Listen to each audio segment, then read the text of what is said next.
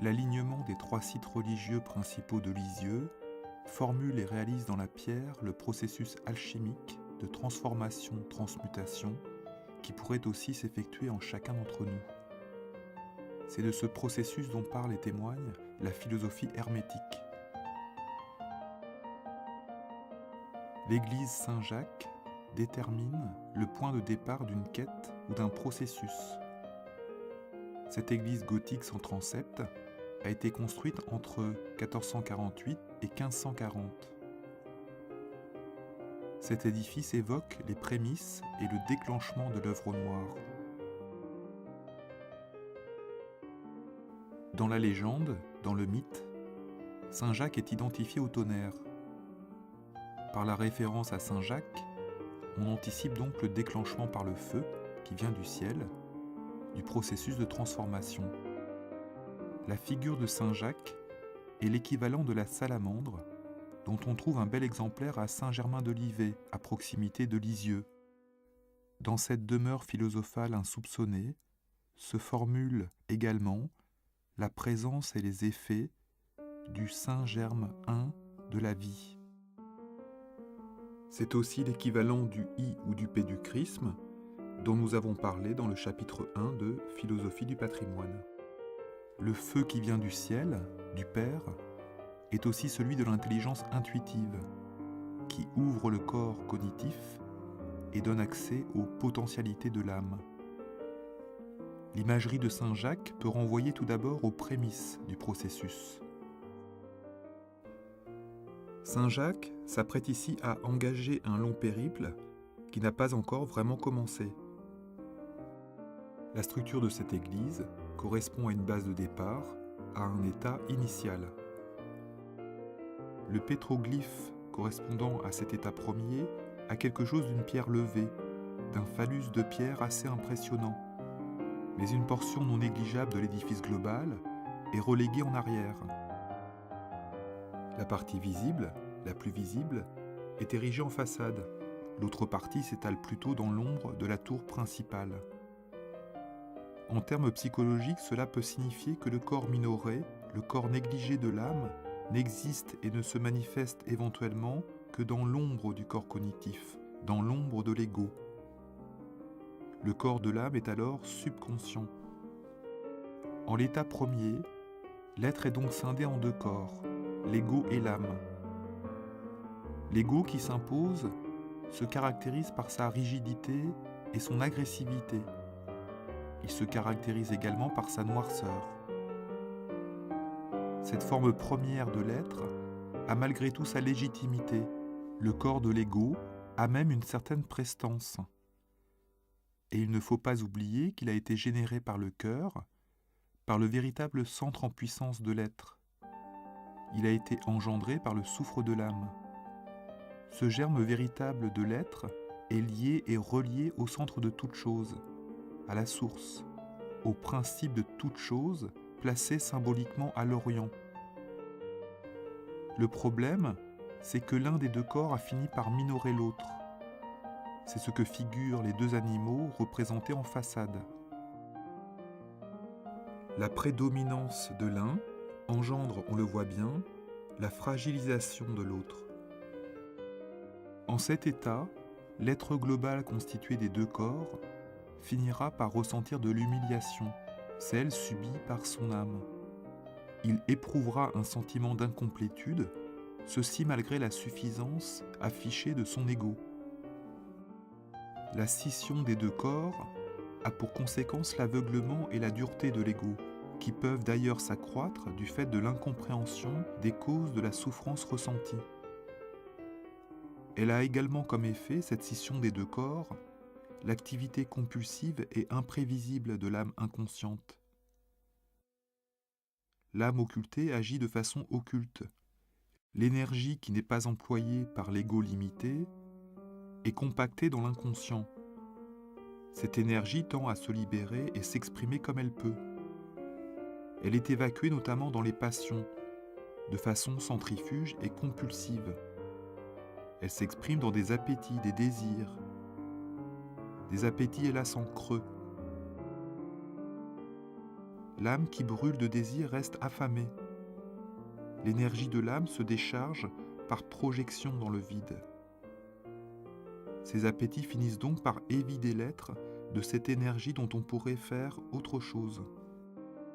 Même s'il y a jouissance et réjouissance du fait de la libération du trop-plein, ce rapport compulsif à l'énergie contenue dans l'âme finit par engendrer un grand désarroi. Ce désarroi sera d'autant plus grand qu'on aura eu l'intuition des potentialités de l'âme. Ces potentialités sont inscrites en puissance dans les profondeurs de l'être. Elles sont inscrites comme autant d'étoiles dans le ciel lointain d'une âme plongée dans la nuit par l'ego. Les 12 constellations du zodiaque, auxquelles peuvent renvoyer la série des contreforts, sont autant de dimensions, de maisons, diraient les astrologues, de possibilités en puissance dans l'âme. Ces potentialités pourraient être réalisées sur la Terre. Il faudrait pour cela ouvrir et déployer l'inconscient, de prime abord obscur et chaotique. On assiste justement au déclenchement d'un processus de transformation de l'équilibre jusqu'alors établi. Cela va donner accès aux potentialités de l'âme.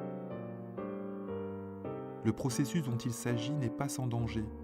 Il y a un risque non négligeable de dispersion centrifuge de l'énergie qui était plus ou moins contenue en réserve jusque-là. On peut d'ailleurs douter que cette énergie puisse prendre des formes viables ou positives. Peut-être ne parviendra-t-on qu'à ventiler des démons, des formes discontinues et aberrantes, ce qui entraînera nécessairement des dégâts. Mais on aura compris aussi la nécessité qu'il y a d'ouvrir la coquille fermée du corps premier régi par l'ego. Il faut décloisonner le corps premier, sous peine d'embrasement des soufres, du soufre de l'ego ou du soufre de l'âme. Observons à présent comment se formule en façade le début du démantèlement de l'être premier. Ce démantèlement est peut-être la solution au problème de l'impasse dans laquelle se trouve le corps de l'être. Il y a là la représentation de la dislocation d'un carré. C'est la totalité fermée de l'ego qui est ainsi démantelée. Le 4 de cette totalité exclusive et inique se décompose alors en 4 éléments binaires. 4 gammas. 2 fois 4 font 8. Il y a, par le nombre, évocation du déploiement d'un infini sur la base du fini. Ceci est possible grâce à une libération progressive de l'énergie compactée, grâce au désenclavement contrôlé du soufre et du mercure qui se trouvent dans les différents corps. Le soufre et le mercure libérés et amalgamés pourront alors se réorganiser progressivement autour d'un autre centre. C'est ce qui est mis en valeur par la cathédrale Saint-Pierre. La cathédrale Saint-Pierre de Lisieux est un des premiers édifices gothiques de Normandie. Elle a été édifiée entre 1160 et 1230. Cet édifice propose une autre représentation de l'œuvre au noir, mais à un stade plus avancé alors de la déconfiguration de l'être premier. La cathédrale formule également l'œuvre au blanc, c'est-à-dire la phase de reconfiguration qui succède à l'œuvre au noir. L'idéogramme et le pétroglyphe de la phase au noir sont la croix latine. Cette image montre que l'intelligence a pris ses distances vis-à-vis de l'ego. L'intelligence, représentée par la tourelle, a pris conscience de l'impasse dans laquelle se trouvait l'ego. Le soufre de l'intelligence s'est désolidarisé du corps cognitif. L'intelligence intuitive cherche à sortir de l'espace plan de la Terre. Elle cherche le point d'accès au ciel de l'âme. Cette porte du ciel, d'accès au ciel, se trouve dans la zone la plus obscure et froide de l'être de l'ego, au nord, vers lequel pointe la tourelle. Observons ce qui se passe ensuite, après l'activation de l'intelligence intuitive. Les 3 soufres libérés se rapprochent, décloisonnent les 2 corps tout en les reliant. Les deux corps s'entremêlent et interagissent. C'est le commencement de la phase au blanc. Se réalisent alors des possibilités nouvelles parce qu'on a accédé à une autre ressource. La décristallisation du mercure de l'âme fournit une substance inépuisable. L'édifice indique la réalisation déjà de 7 potentialités. Il en reste alors 7. On est donc passé de 12, les 12 potentialités signifiées par les 12 contreforts de Saint Jacques, à 14. C'est l'homme total, les 14 morceaux du grand corps d'Osiris, qui s'avèrent ainsi contenus en puissance dans l'âme. Cette âme révèle alors un arrière-plan nouveau à la potentialité infinie, signifiée par le nombre 8. Non seulement il n'y a plus de perte d'énergie, mais les potentialités se décuplent au fur et à mesure qu'elles se réalisent. Les soufres et le mercure décristallisés des sels des deux corps tendent à constituer un nouvel équilibre, signifié alors par la croix grecque. S'opère une nouvelle répartition du soufre et du mercure, mais toujours selon deux corps. Cet équilibre est fixé, tenu par le sel de la coquille à peine cristallisée de l'œuf ou de la cathédrale gothique ajourée, comme représentation du moi de l'artiste, au service alors du processus de déploiement de l'être. Cette imagerie de l'œuf est très pratique pour comprendre ce qui se passe à la fin de l'œuvre au blanc. Un nouveau centre de forme octogonale, l'équivalent du germe du jaune de l'œuf, s'est constitué.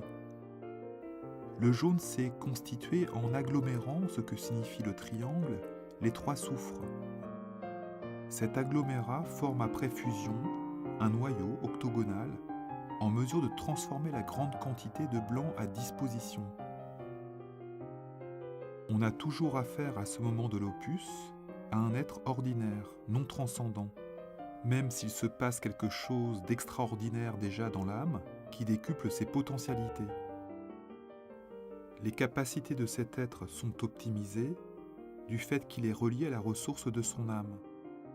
Cela explique que ce corps est le plus à l'ouest dans l'alignement des 3 structures de pierre.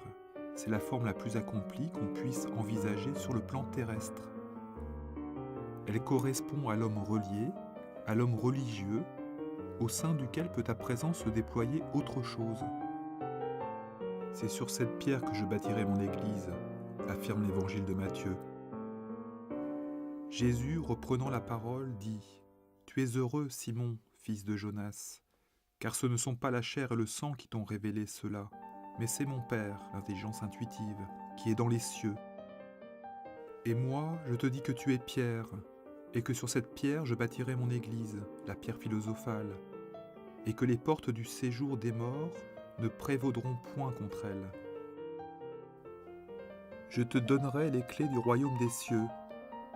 Ce que tu lieras sur la terre sera lié dans les cieux, et ce que tu délieras sur la terre sera délié dans les cieux. » On a bien là l'idée de décloisonnement, de déconfiguration suivie d'une reconfiguration, transformant radicalement la structure de l'être et son rapport au réel. Simon devient pierre, et de cette pierre naîtra une structure transcendant le corps de l'individu. On peut formuler la même chose avec l'imagerie plus triviale de l'œuf. L'ovule du soufre de l'âme a été fécondé par le soufre de l'intelligence. Ce conglomérat des 2 soufres réunis concrétionne aussi le soufre du corps. Le noyau nourri et quintessencié des 3 soufres engendre alors dans le mercure un autre corps, dont la présence imperceptible se manifeste pourtant déjà par un souffle extraordinaire. Ce souffle annonce l'avènement, l'épiphanie d'un corps d'une autre nature. Cet embryon est représenté par le corps extraordinaire de l'archange Gabriel. C'est déjà la force de Dieu, c'est ce que signifie le nom de Gabriel, qui se manifeste ainsi par un souffle. Cette structure, ce pétroglyphe, représente l'accomplissement de l'œuvre rouge. Elle propose aussi une synthèse de l'opus. La basilique Sainte-Thérèse a été construite entre 1929 et 1954. C'est d'un corps déployé gigantesque dont il s'agit, un corps à la fois spirituel et matériel. Omen novum signifie nouvelle prédiction, nouvelle formulation. La basilique propose une nouvelle formulation au XXe siècle d'un processus de transformation dont il est question depuis la nuit des temps. La basilique formule une philosophie immémoriale du feu et par le feu, puisqu'elle parle en effet de l'action et des effets du soufre sur le mercure déployé. La reformulation chrétienne du processus de transformation s'inscrit dans la lignée, dans la mouvance d'une tradition qui remonte à bien avant le christianisme. Rappelons que les premiers évêques normands étaient aussi des serviteurs de Thor, ce à quoi renvoie souvent leur nom. Par exemple, Thurold, évêque architecte de Bayeux entre 1094 et 1133. Thurold signifie homme de Thor. Cette philosophie est une philosophie au sens étymologique du terme.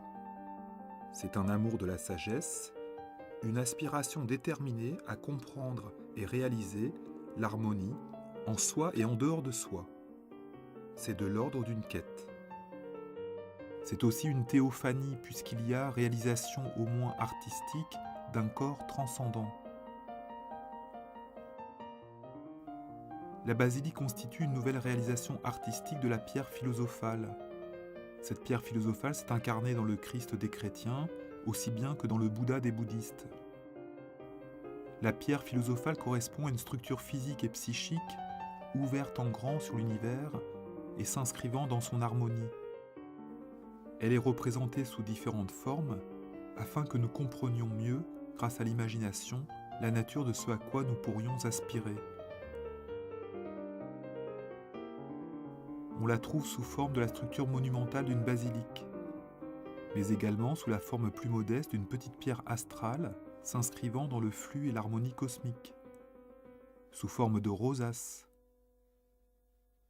Les deux rosaces ici se complètent, le microcosme, l'étoile à 5 branches, et le macrocosme, l'étoile à 6 branches. Reliés l'un à l'autre, ils constituent le corps complet et se manifestant du divin, symbolisé par le nombre 11. On la trouve sous forme d'idéogrammes variés, et bien entendu sous forme du Christ sortant enfin de la mandorle, c'est-à-dire de l'œuf philosophal. La basilique représente également tous les acteurs, tous les principes du processus. Le 1, caché. Le 1 s'exprime sur Terre de façon parcellaire, sous forme du feu secret. Les trois composés, le soufre, le mercure et le sel, sont réunis dans cette image. On voit aussi le rémora, le soufre de l'âme. C'est le pilote de l'œuvre. Beaucoup d'images montrent que les deux autres soufres, de l'intelligence et du corps, doivent s'adjoindre à celui de l'âme pour former le noyau des trois soufres. C'est ce noyau qui constituera le nouveau centre de l'être. La basilique met particulièrement en relief ce phénomène déterminant. Tout en témoignant de l'accomplissement possible d'une voie spirituelle de développement de l'être, la basilique rappelle la dureté du combat à mener. La réalisation de cette possibilité dépend de l'effort de chacun et de la volonté du plus grand nombre. Elle s'inscrit aussi dans le temps long dont il aura fallu disposer justement pour créer cet alignement des trois sites sacrés lexoviens.